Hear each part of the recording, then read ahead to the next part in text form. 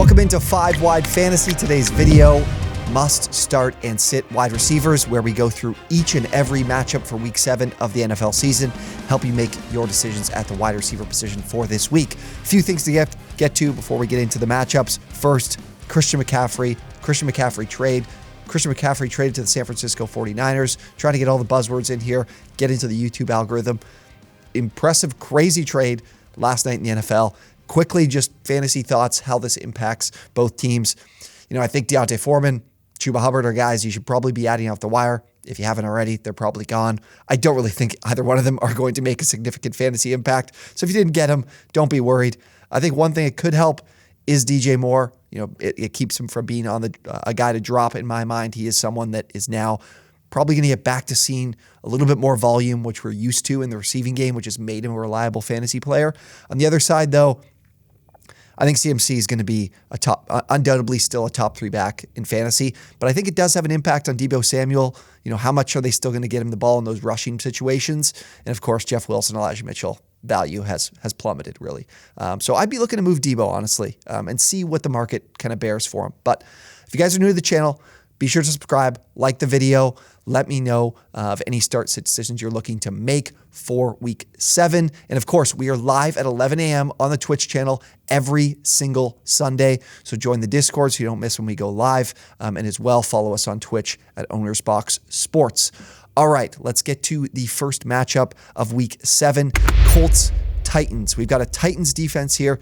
Guys, huge here. You guys are seeing all this information in front of you. You guys are seeing all the information that I use when I'm making my decisions in fantasy. So let me know. I know you guys were asking to get some more graphics here for you, more visuals. They're here. Very excited for you guys to follow me along here as we go through each of these matchups. So let me know if you enjoy the new look. But again, Titans defense against this Colts offense is my big focus point here. We've got a Colts offensive line that has been struggling. They've got a 55.0 grade from PFF in terms of their pass protection, and they've struggled. And Matt Ryan looks terrible. He looks like a fish out of water. He looks like a dead animal when he's out there in the pocket with this offensive line against a good pass rush. We saw it against the Broncos too. And the Titans are an elite pass rush, but secondary has been terrible. They're the second worst in fantasy points allowed to the wide receiver position, 29th in passing DVOA. So this is a good matchup passing-wise, but can the pass pro hold up? With Jonathan Taylor likely to be back, this is a really good Titans run defense. I do think they're going to use the run, to keep this defense honest. So I think it makes an Alec Pierce a bit of a tougher play. I know he's been good this year. I think you can still play him, though, because I think they will have to throw the ball in this matchup. But of course, Michael Pittman, we're back to that great volume, which is fantastic. Very excited. Glad we had him as a buy low a few weeks ago. On the Titans offensive side, the Colts are really good in fantasy points allowed to wide receivers. 3rd in fantasy points allowed to wide receivers. There's really, I can't trust anyone on a week-to-week basis, especially against this Colts defense that, maybe not able to take advantage of what is a really bad Titans pass pro, but I do think this game is going to be slow-paced, very few plays. I can't pick anyone that sticks out here, even a Robert Woods. If you're really in a bad spot with bye weeks, you might have to play him. But honestly, we'll go through these matchups. I think there's better options for you. Giants, Jaguars is next up. A Giants team that is 5-1 on the year, looking great. The Jaguars, who I think are a frisky team, even though at 2-4, I do like them in this matchup. The Jaguars are at home here. So what I'm looking into first, let's go to the Giants side of things. Wan'Dale Robinson, who I really liked as a pickup this week. The Jaguars tackling and their secondary has not been great this year. They're very reliant on the front 4, but this is a Giants pass pro that isn't very good. Jaguars, though, 22nd in fantasy points allowed. I think if I'm playing anyone, I think it's Wan'Dale, just because I loved what I saw last week in his limited snaps, and I think those snaps are going to get a significant boost here. But the Giants just play at such a slow pace. There's just not a lot of plays in this game, in any game they play in. That's their formula here. So Makes going to anyone a little bit difficult, but if you're desperate, I think Wan'Dale would be the best play from the Giants, and I think his snaps will significantly increase. The Jaguars side of things offensively, they can certainly neutralize the Giants' pass rush in this game, but the Giants second in fantasy points allowed, and it's because they limit explosive plays and they play at that slow pace, like I mentioned. So can we trust a Christian Kirk here? I think we can. The Giants do a great job of limiting running back receptions and then also limiting explosive plays, like I mentioned. I think that leaves the middle of the field and that leaves Christian Kirk from that slot role to be able to make plays. But Marvin Jones looks like he might miss. So can we go to a guy like Zay Jones? I'd lean against it. I just like what the Giants can do in terms of limiting explosive plays in the pass game. So I would just be looking to play Christian Kirk in this matchup. Bucs, Panthers. We got a Panthers team that's cleaned house. Let's start there. I mean, the Bucs are still really banged up. Akeem Hicks, Golston, Carlton Davis. Who am I missing? Sean Murphy-Bunting, all not practicing as of Thursday. So that's another week where all these guys are missing. The Bucs gave up some points to the Steelers last week. I think DJ Moore is a guy you should probably play. I know it's going to be PJ Walker at QB, but I think it's still a spot here for DJ Moore with Christian McCaffrey gone, where we can see he had 6 targets, 3 receptions, and 7 yards last week. I think that improves this week. I think he's someone that can give you a decent floor. I'm not expecting upside. We know he's a guy that's not finding the end zone, but I think we're going to see 8 to 9 targets in this game for DJ Moore as 13-point underdogs against the Bucs. On the other side of things, the Panthers are dealing with a ton of injuries right now. 21st in fantasy points allowed to the wide receiver position, 25th in passing DVOA. I think this is another good matchup for the Bucs. They weren't able to take advantage of it last week against the Steelers.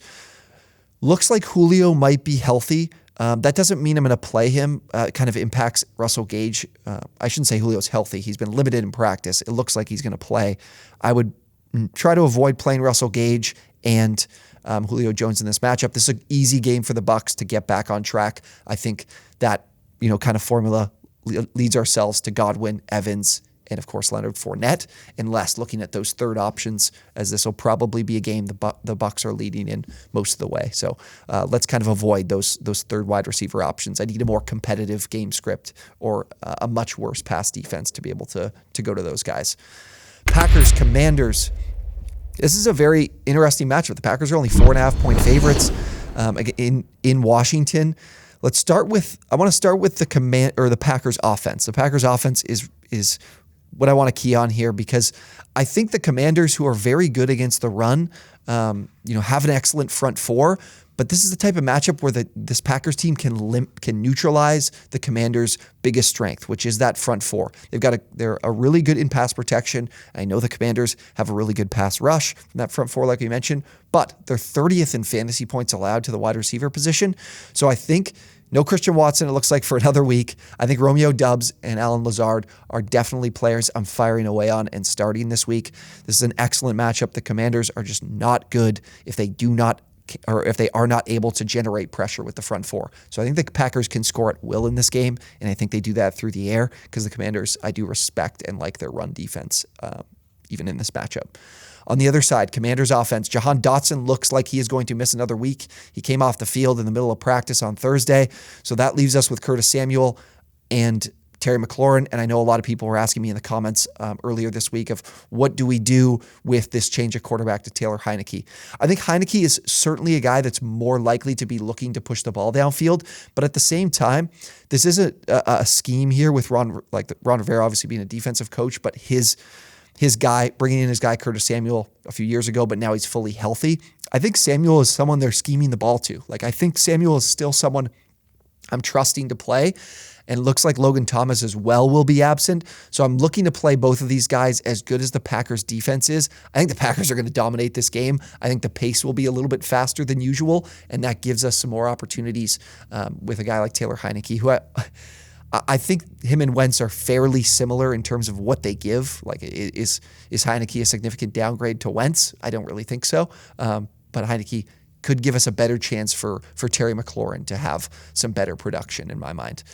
On the other side, I guess we covered everything there. So let's get to the BetFred boost for Week 7. We're I think I've missed these the last 2 or 3 times. It's time that we hit one. I really like where we're going with this one. I have 2 plays for the boost. It will be boosted on BetFred. Again, go check them out. Bet 50, get 250. Have you even signed up yet and you're in a state like Arizona, Iowa? They're coming soon to Ohio. There are a number of legal gambling states, so make sure you go check them out. You're getting a bunch of free credit to play with, and using this on the BetFred boost with us on OwnersBox would be very, very savvy, I think, this week. I'm going with Aaron Rodgers over 231.5 passing yards. I mentioned I think the Commanders can stop the run, but I do think this Packers offense can move the ball easily against the Commanders secondary. I was looking at the weather. There's a chance of rain, but no wind really in the forecast. Rain doesn't have a significant impact on the passing game typically, but it's only a 50% chance, so I think we're good there. I like what Rodgers can do in the air. On the other side, we're parlaying this with DK Metcalf over 66.5 passing yards. I'll get into this a little bit more, but just, off the top, this is a Chargers defense that plays a lot of man coverage, and DK is one of the best man coverage receivers in the NFL so far this year. He's been fantastic. J.C. Jackson for the corner for the Chargers has been in a blender all season. He was benched last week on Monday night. Brandon Staley did say he's going to be starting this week, so he will be back out there, and DK will be a tough matchup. 66.5 with Lockett also dealing with a hamstring injury. Looks like Lockett will play, but he did miss practice, so there's a chance he isn't available. So we locked this in over at BetFred at boosted odds this week. Again, link down below to go sign up. Go bet with them, and as well, Ohio. If you're in Ohio, they are going to be launching on January 1st, and BetFred will be there. So go pre-register with BetFred in Ohio as well. All right, moving along in these matchups. Lions, Cowboys up next. Let's start with the Lions offense, who look to be getting DeAndre Swift back. I think that will happen, but Josh Reynolds looks like he's going to be out, and same goes for DJ Chark. So that opens things up for us in terms of I was going to play Amon-Ra St. Brown regardless of matchup, but now the volume could be even greater. I know it's a great Cowboys pass defense, a great Cowboys pass rush. Lions pass pro has not been very good. This is still a Cowboys team that fantasy points allowed is right around the middle of the pack, so not a huge concern. That's pretty much everything on the Lions side. If we're missing those guys, I'm not looking to play. Who am I missing? Cephas, or there's one other guy I'm missing here. I'm not looking to play any of their Lions guys. On the Cowboys side, we're looking at an offense that looks like it's getting completely healthy now. The Cowboys are looking to get back Dalton Schultz, who's practicing full. Dak Prescott is practicing in full. Looks like those two will be back. So we've got a full offense here. And I think you're firing away on every single guy, including Michael Gallup. I don't know how you wouldn't play any of these guys against the Lions defense that has one of the worst the worst coverage grades in the NFL at 44.5, 25th in fantasy points allowed to the wide receiver position, worst in passing DVOA. Excellent matchup here. I'm playing all of these guys. I'm excited to play all these guys. So definitely include them in your lineups this week. Falcons, Bengals. We've got the Falcons on the road at Cincinnati. Let's start with the Falcons offense. The Bengals have been very good against the pass, 8th in fantasy points allowed, and that comes down to how they play teams schematically. They limit explosive plays. They do a very good job in that. The Bengals being at home here are pretty good favorites, almost a touchdown favorite. So I do think the Falcons will be in that passing game script. Can we trust guys like Drake London and Kyle Pitts? I would lean against playing these guys if I can. I don't really like this matchup for Drake London going against this really good Bengals secondary. I think this game will be relatively low scoring on the road here, but I know, for a lot of you with the bye weeks, this is a guy you have to play. I think there's very little upside in playing him this week. Going to the Bengals offense, it looks like T. Higgins is practicing, is available against this Falcons defense that can't generate any pass rush. I think they're in for some trouble. I know the Bengals have been struggling protecting Joe Burrow this season, but a lot of it comes down to Burrow likes to hang on to the ball and extend plays for as long as possible in the pocket. So if they can't get after him and you give Joe Burrow time to move the ball, I think he'll do it very, very easily here. So I like playing, your of course, Jamar Chase and T. Higgins. And if you're in a little bit of a deeper league or in a bind in bye weeks, I think Tyler Boyd is still a fine option against the Falcons. Browns, Ravens. So we've got a Browns team here that defensively, they're just blowing my mind how bad they are. I can't believe they're as bad as they've been on both against the run and the pass. Denzel Ward looks like he's going to be out for another week here. So we're looking at a good opportunity for the Ravens to move the ball through the air. Mark Andrews didn't practice on, I believe it was Wednesday or Thursday, but it looks like they're just kind of resting him. Rashad Bateman off that foot injury has been limited. I think he's going to be back. Devin Duvernay looks like he might miss this week. I think if Rashad Bateman's available, you got to play him in this matchup. The Browns have just been horrible defensively. The Ravens have a chance here to hit some big plays against a defense that could be missing Denzel Ward. They're 27th in pass DVOA. It's a great matchup for them. So I'd be looking to play Rashad Bateman if he's healthy and available. On the Browns side, we got a Ravens defense that's 31st in explosive pass rate allowed. So, with Jacoby Brissett, can we, entrust him to be able to hit those explosive plays?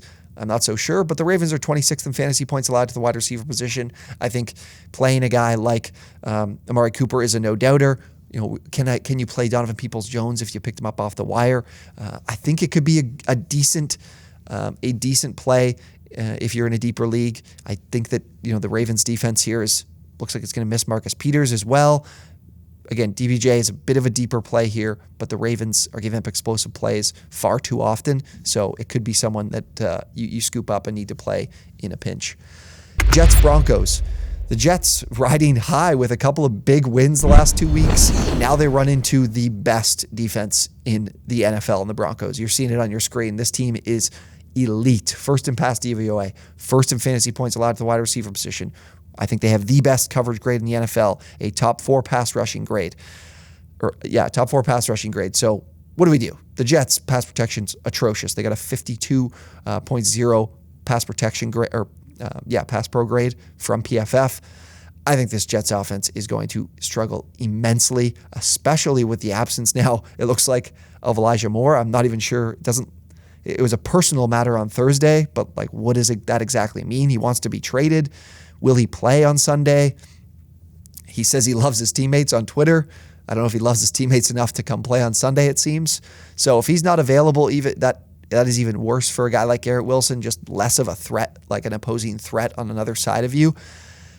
I'm sitting every single one of these guys. There's just a 0% chance I want to play a Garrett Wilson or a Corey Davis. I think this Jets team is in for a rude awakening. If you can't pass pro against this team, against a really good defense or a really good secondary, we're looking at Zach Wilson turning the ball over aplenty in this game. So looking to avoid that. On the Broncos side, against this Jets defense, the Broncos have been solid in pass pro this year. It's surprising to hear how bad Russell Wilson has been, how bad this offense has been, when it seems like Russ has the perfect formula to get it together. The Jets, very good pass rush it's been lately, really, really good. With Jermaine Johnson, with Quinnen Williams, and then with Sauce Gardner, this defense has looked really, really good. So I'm changing my expectations on Jeudy and Courtland Sutton, just kind of limiting them to guys that probably don't have a high ceiling this week. This game could just be very low scoring, but the Broncos are at home. I can't sit Courtland Sutton even in bad matchups. I don't think this one is absolutely detrimental, like he's playing the 49ers or something here. So I am looking to still play both of these guys. Jerry Jeudy's been very good against man coverage as well. The Jets like to play a good amount of man, especially with Sauce on the field, but Jeudy likely won't be drawing him as often as Sutton probably will. So Jeudy would be a guy I'd prefer over Sutton if you had to make any of that kind of decision with your team. Texans Raiders is up next here. The Texans, I think I mentioned it in our must-start players on OwnersBox for this week. I think the Texans have a chance to move the ball through the air. The Raiders, though, they do limit explosive plays pretty well. They're 5th in explosive pass play rate allowed. So a guy like Nico Collins isn't someone I want to go to, but I think Brandon Cooks, he did miss practice on Thursday for a personal reason.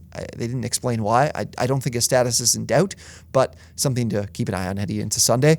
I think Brandon Cooks is a good matchup here. The Raiders, I don't trust their pass defense. They're ranked 30th in passing DVOA. I don't trust their secondary whatsoever. So I would rather go Cooks in this matchup. And then the Raiders, I mentioned this again on the OwnersBox show, of the must-start players on OwnersBox show, is that the Raiders are allowing the most touchdowns to tight ends. So if you want to take a deep flyer, OJ Howard could be an option for you. But again, that's a very deep flyer. And then on the Raiders side of things, it looks like Hunter Renfrow and Darren Waller are going to miss time. So, this is going to be a tough matchup for Devontae Adams going against Derek Stingley. But I still am not looking to sit him.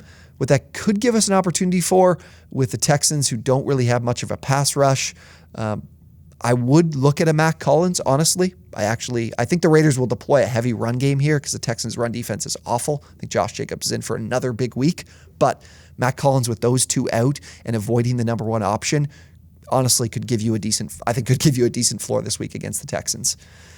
Moving to Seahawks Chargers, we talked about DK Metcalf earlier in the BetFred boost. I like DK Metcalf this week. 66.5 was that receiving total. I think he goes over it. The Chargers' pass defense, just incredibly frustrating. J.C. Jackson just getting paid $80 million to just suck out loud. And I think we could get to a point where the Chargers cut him and we just have Bill Belichick like just rubbing his hands together like, hey, JC, just come back for $800K. It'll all be okay, honey. Like, I think that's what ends up happening because J.C. Jackson has been terrible. Getting out of this Bill Belichick scheme, defensive scheme, has just not been good for him. Another guy that's just built on the system. Saw it with Malcolm Butler. We are seeing it with J.C. Jackson. The Chargers' pass defense is not as good as many expected it to be, and they're missing Joey Bosa yet again. So I think the Seahawks can still move the ball through the air with Geno. So that is a problem. And if the Chargers blitz too much, like they've been blitzing a good amount this year, Geno's crushed the blitz. I hope they kind of tune that down in this matchup. But Tyler Lockett is a question mark. He's a hamstring injury. He played last week and had the hamstring, like it was up on the injury report, but he didn't miss any practice. This week he's missing practice. The hamstring thing, missing practice, I think is troublesome. So if you guys, want to lock in that prop, I would do it, today when you're watching this video, just to ensure that if anything happens and Lockett doesn't play, we're getting great value on this Metcalf number because he's been targeted at least 6 times every game this season. And in the last 3 weeks, I believe he's averaging 9 targets per game. So if that increases, we're money on this prop as well. Chargers side of things, I don't think Keenan Allen plays. He's still limited in practice. They have a bye week coming up. I doubt he plays. So I'm gonna approach this as a Chargers fan. I feel like I have a good feel for this. I'm gonna approach this as if he doesn't play. So in that case, we're looking at Josh Palmer concussion. I think that leaves Josh Palmer in a spot where he probably doesn't play. We've seen other concussions have been going. Donald Parham Jr. with a concussion. He has a history as well from last year with that scary injury. He probably doesn't play. That leaves us with DeAndre Carter, who honestly, guys, if you're in a 14-team league, guy I'd scoop off the wire, and I would just plug and play. He's going to be in that slot role that Palmer was in, replacing Keenan Allen, and now he's going to replace Josh Palmer. Mike Williams is an absolute must start this week, especially with all those injuries. The Seahawks coverage grade 47.3, not good. I know they're 9th in fantasy points allowed, but the coverage grade in the secondary, not good.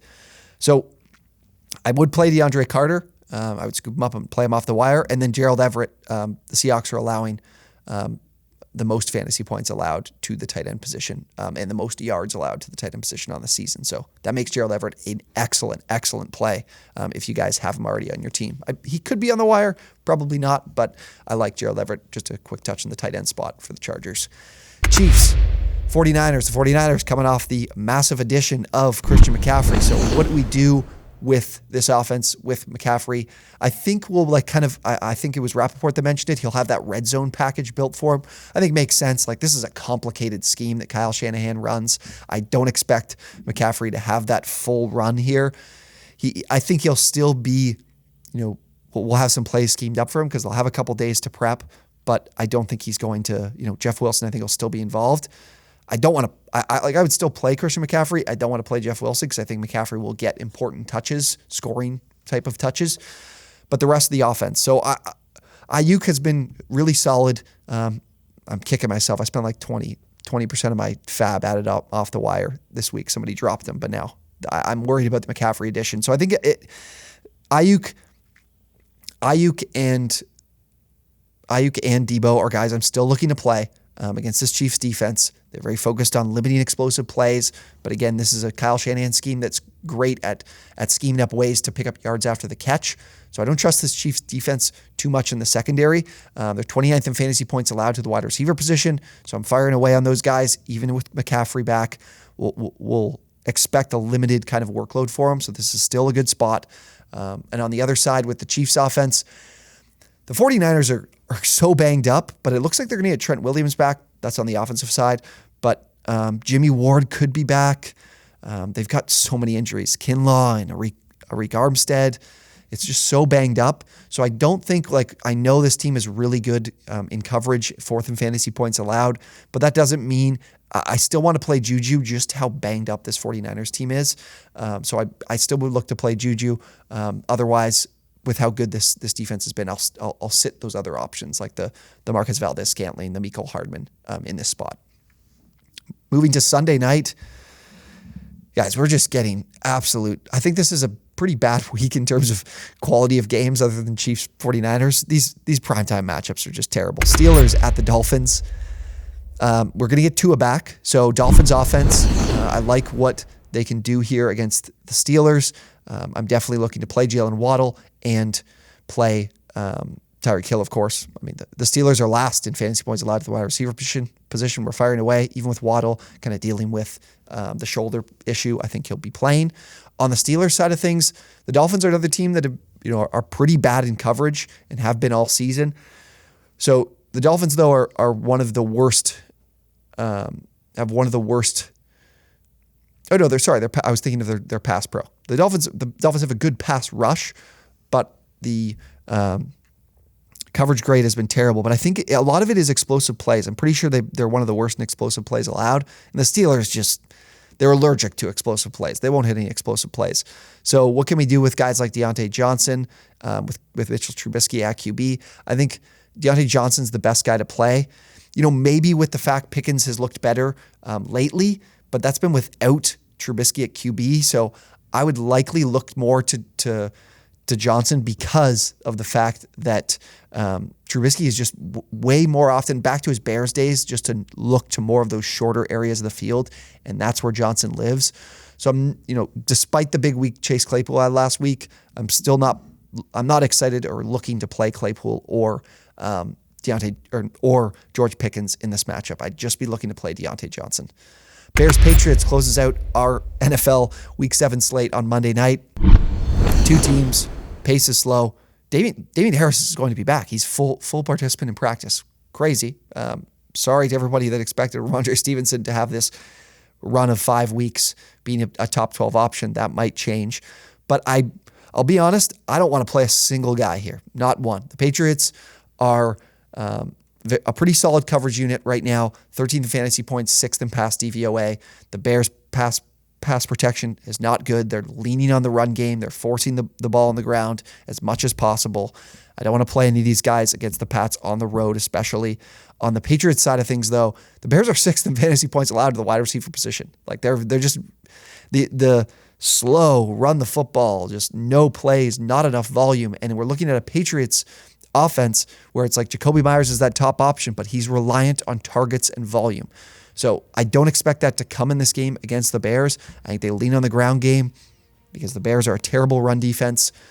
If I had to pick who I wanted to play, I would probably pick Tyquan Thornton because of the fact he has the best chance to hit an explosive play, score a touchdown. That's what we're looking for here because there's not going to be enough plays in this game for real volume, high floor. You'd have to look for ceiling, and I think Thornton's the best guy to be able to do that. But regardless, I'm probably not looking to play any of these guys in this game. This will be a game that I'm going to have to get deep and find a prop on Monday to make this something I want to watch. But that is every matchup for Week 7. Again, if you guys enjoyed the video, drop a like, subscribe to the channel if you enjoyed, and also 11 a.m. on Sunday, we're live on the OwnersBox Sports Twitch, answering all your questions and all the news that breaks Sunday morning before you set your lineup. So go and join us there. I will drop that link down below. And of course, our friends over at BetFred, if you haven't signed up, bet 50, get 250. $250 of credit to play with on BetFred with just a $50 deposit and bet. Put that bet on the boost. Again, that is live on the BetFred app. So go check that out. Thank you guys for watching, and we will see you next time.